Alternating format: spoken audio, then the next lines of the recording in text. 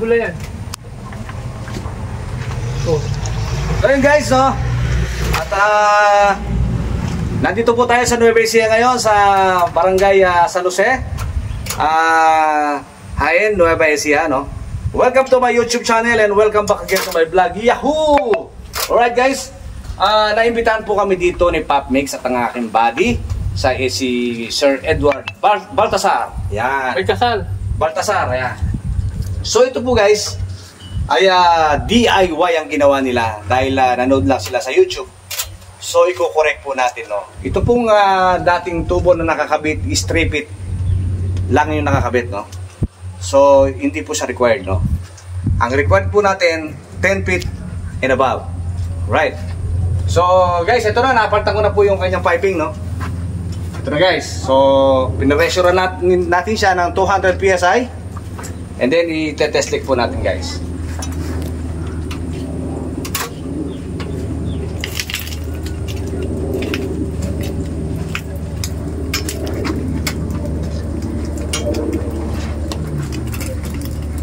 So yun guys,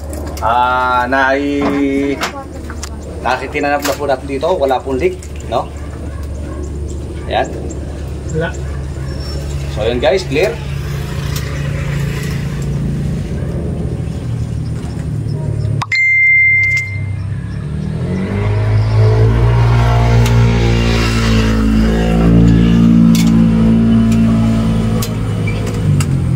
Okay.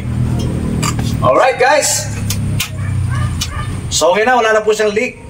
So yun guys.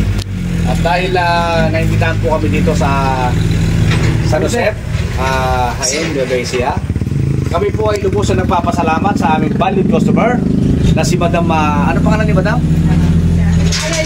Analisa Orolfo. Si Madam Analisa Orolfo. Ayan, Ayan. si tita. Yahoo! Thank you so much po Madam, thank you so much sa inyong pagtitiwala. Okay, salamat din. Thank you so much for trusting Lazaro Refrigeration and Air Conditioning Services, ma'am. Okay guys, so yun yung ating gauge manifold ay hindi nagbago. Nasa 200 PSI pa rin guys. So ang susunod na step na gagawin natin ngayon guys ay ibabacuum na natin siya para mapakargahan na po natin siya ng panibagong preyon, no? So almost 1 month pa lang itong TCL na to. So hindi naging maganda ang unang kabit, kaya nawala ang lahat ng kanyang karga. So ang gagawin natin, ibabasal natin. Yahoo! Alright. So yan, no? Babalutan na natin ng polyethylene tape yan, no? Guys. So yun guys, ililipat na po natin yung ating gauge manifold hose dito po sa ating improvised vacuum pump ng dito po sa may sanction line. Okay? Okay, pawawalan na po natin ngayon yung ating pressure. Okay?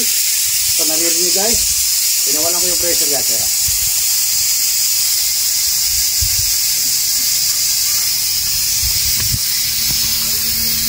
Ayan guys. After that, lilipat na natin dito sa may suction line para higupin naman yung hangin na pinasok natin at ilalabas ang lahat. Ayan, okay. So, yung pong ating operator ay napakabilis. Kinakabit ko pa lang ay umaandar na ang ating vacuum pump. Thank you so much, buddy.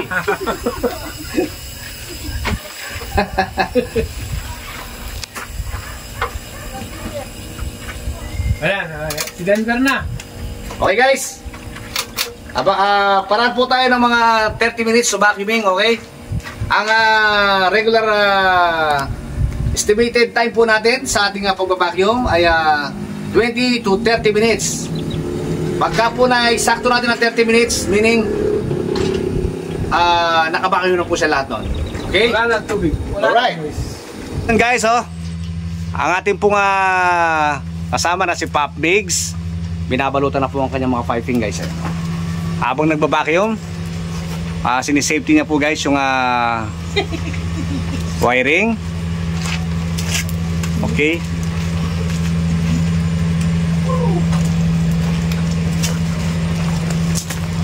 Napakailas naman.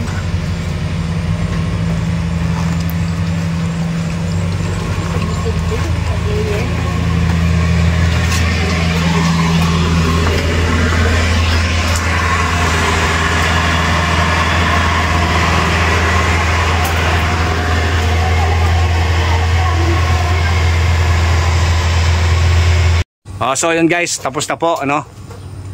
Naabalutan na po ni Pop Mix ng polyethylene tape. Ayan, nakasettings na.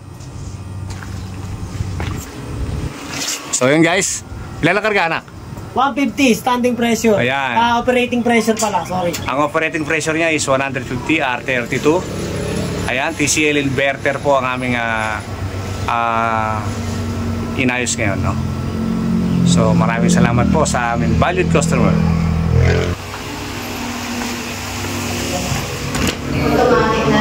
So yun guys, alright, no? Ang lamig, oh. So yan umaatap po siya guys. So malamig na. Yeah, malamig na pala. So yan, no? So yun guys, tapos na po tayo, no? Hanggang dito na lang po ang ating video. Ayan. Ito po ang ating valued customer, si Madam Annalisa Orolfo, yan. Madam, thank you so much sa pagtitiwala nyo, no? So, Satisfied. Okay. Yan, Nevesia. Paano Nevesia yan, ha? Dayo yan, dayo. Na-invite po kami dito guys na mula pa po kami Pampanga. Nandito po kami ngayon Hain, Nueva Ecija. Kita, ito.